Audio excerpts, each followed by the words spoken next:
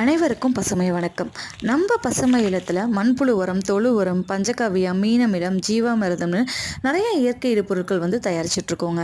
இந்த இயற்கை இடுபொருட்கள் எல்லாமே மாடித்தோட்டத்துக்கு மட்டுமா அப்படின்னு கேட்டிங்கன்னா கண்டிப்பாக இல்லைங்க. இயற்கை வழி விவசாயம் பண்ணுற ஒவ்வொரு விவசாய நிலத்துக்கும் நம்ம கொடுத்துட்டு தாங்க இருக்கோம்.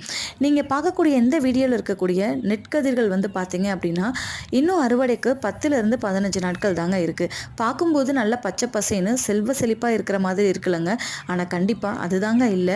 உண்மையாலுமே இது 10-15 நாள் தான் இருக்குது அறுவடைக்கு. ஒவ்வொரு நாற்றையும் நீங்கள் நல்லா உத்து பார்த்தீங்க அப்படின்னா கண்டிப்பாக உங்களுக்கு தெரியும். நல்லா அறுவடைக்கு தயாராகி இருக்கிற மாதிரி நல்லா முத்து முத்தாக இருக்கக்கூடிய நெல்லையும் உங்களால் பார்க்க முடியும்.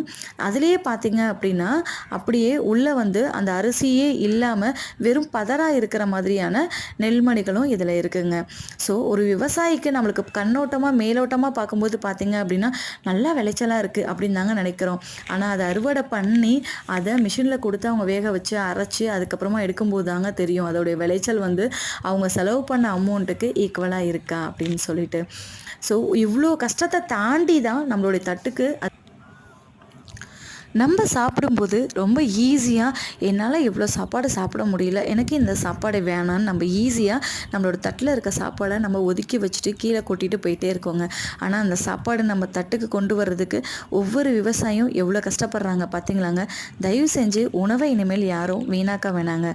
உங்களுக்கு எவ்வளோ தேவையோ அந்த தேவைக்கு ஏற்ப மட்டும் அதை உங்கள் தட்டுக்கு கொண்டு வாங்க. மீதி உணவை இல்லாதவங்களுக்கு அது கண்டிப்பாக அது பயன்படுங்க. இந்த நெல் எல்லாத்தையும் அறுவடை பண்ணி அதை வேக வச்சு அதை நம்ம தட்டுக்கு கொண்டு வரும்போது தாங்க இதோட மதிப்பே நம்மளுக்கு தெரியும். அதுலேயும் சில சமயங்கள் காலநிலை மாறும்போது பார்த்திங்கன்னா நிறைய நாற்று அப்படியே சாஞ்சு மண்ணோட மண்ணாக அப்படியே போயிருங்க. இதில் பெரிய லாபம் நம்மளுக்கு எங்கெங்க கிடைக்க போகுது. ஆனாலும் ஒவ்வொரு விவசாயியும் விவசாயத்தை விடாமல் இன்றைய காலகட்டம் வரைக்கும் விவசாயம் பண்ணிட்டு தாங்க இருக்காங்க. ஸோ அப்படி இருக்க விவசாயம் நம்ம எப்பயும் மறக்கக்கூடாது, உணவையும் வீணாக்கக்கூடாதுங்க.